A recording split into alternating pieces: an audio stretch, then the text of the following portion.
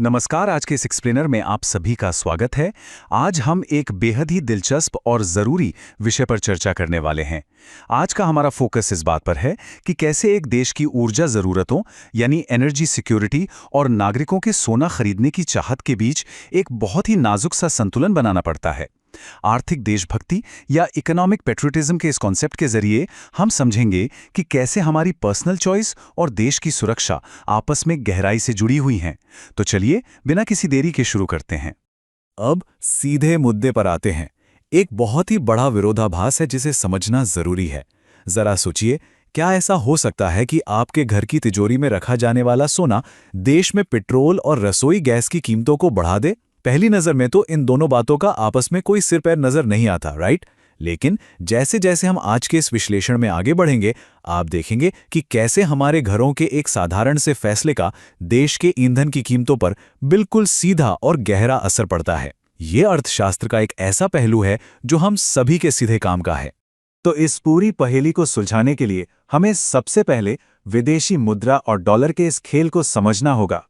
Imagine कीजिए कि हमारा पूरा देश एक विशाल परिवार है और किसी भी आम परिवार की तरह इस विशाल राष्ट्रीय परिवार की भी एक शेयर्ड इनकम यानी सामूहिक कमाई होती है। इस साझा कमाई को टेक्निकल भाषा में फॉरेक्स रिजर्व या विदेशी मुद्रा भंडार कहा जाता है। सिंपल शब्दों में कहें तो ये हमारे देश रूपी परिवार की वो तिजोरी है जिसका इस्तेमाल हम बाहरी दुनिया से खरीदारी करने के लिए करते हैं। चाहे विदेश से बड़ी बड़ी मशीनें लानी हो, जीवन रक्षक दवाएं खरीदनी हो या फिर पेट्रोल डीजल, हर चीज का पेमेंट इसी तिजोरी से होता है। और जाहिर है, ये तिजोरी जितनी भरी होगी, परिवार उतना ही सेफ महसूस करेगा। लेकिन इस आर्थिक खेल का एक बहुत ही सख्त नियम है। वो ये कि इंटरनेशनल मार्केट में हमारा रुपया नहीं चलता। वहां सारा लेन देन सिर्फ और सिर्फ अमेरिकी डॉलर में होता है। हम चाहे क्रूड ऑयल मंगाएं या फिर सोना, पेमेंट डॉलर्स में ही करनी पड़ती है। और सबसे बड़ा पेच यहीं पर है। हमारी तिजोरी में डॉलर्स की कोई अनलिमिटेड सप्लाई नहीं है। डॉलर्स बहुत ही लिमिटेड हैं देश के पास। इसलिए हमें हर कदम पर यह बहुत ही सोच समझकर तय करना होता है कि इन बहुमूल्य डॉलरों को आखिर कहां खर्च किया जाए। और जब डॉलर्स लिमिटेड हों तो सवाल उठता है प्रायोरिटी का, यानी प्राथमिकता क्या होनी चाहिए, तेल या फिर सोना। देखिए, जब रिसोर्सेज लिमिटेड होते हैं ना, तो जरूरतों और चाहतों के बीच चुनाव करना ही पड़ता है। अब इन दोनों को कंपेयर करके देखते हैं। तेल और गैस कोई आम कमोडिटी नहीं है, ये देश की लाइफलाइन है। अगर तेल आना रुक जाए तो गाड़ियां खड़ी हो जाएंगी, खेतों में ट्रैक्टर काम नहीं करेंगे और पावर ग्रिड बंद होने से पूरे देश में अंधेरा छा जाएगा। मतलब सीधा सीधा एक राष्ट्रीय आपदा।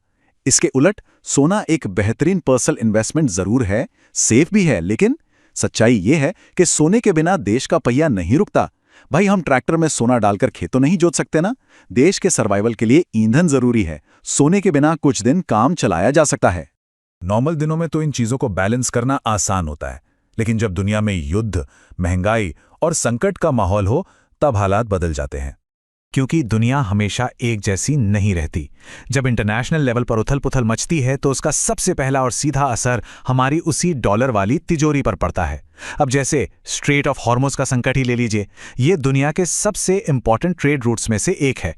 जब वहां तनाव बढ़ता है या युद्ध जैसे हालात बनते हैं तो कच्चे तेल की सप्लाई रुकने लगती है। नतीजा, ग्लोबल मार्केट में तेल की कीमतें रातों रात आसमान छूने लगती हैं।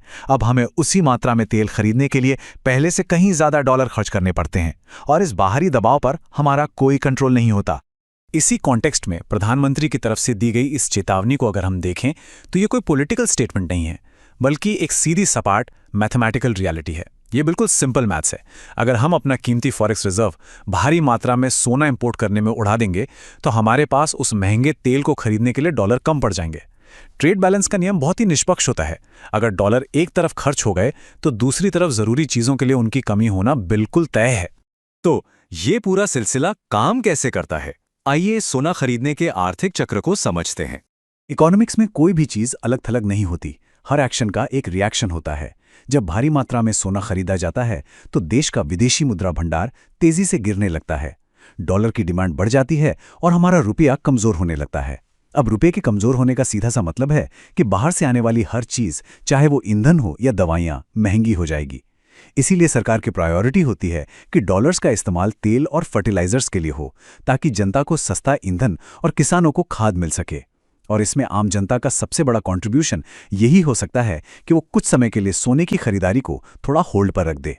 इस पूरी साइकिल को अगर हम एक डोमिनो इफेक्ट की तरह देखें तो चीजें बिल्कुल शीशे की तरह साफ हो जाती हैं। स्टेप 1, हमने अपने लिमिटेड डॉलर सोने पर खर्च कर दिए। स्टेप 2, मार्केट में डॉलर की कमी हुई, डिमांड बढ़ी और हमारा रुपया धड़ाम से गिर गया। और फाइनली स्टेप 3, क्योंकि रुपया गिर गया है तो विदेश से आने वाला पेट्रोल, डीजल और यहां तक कि जरूरी दवाइयां भी अचानक से बहुत महंगी हो गईं।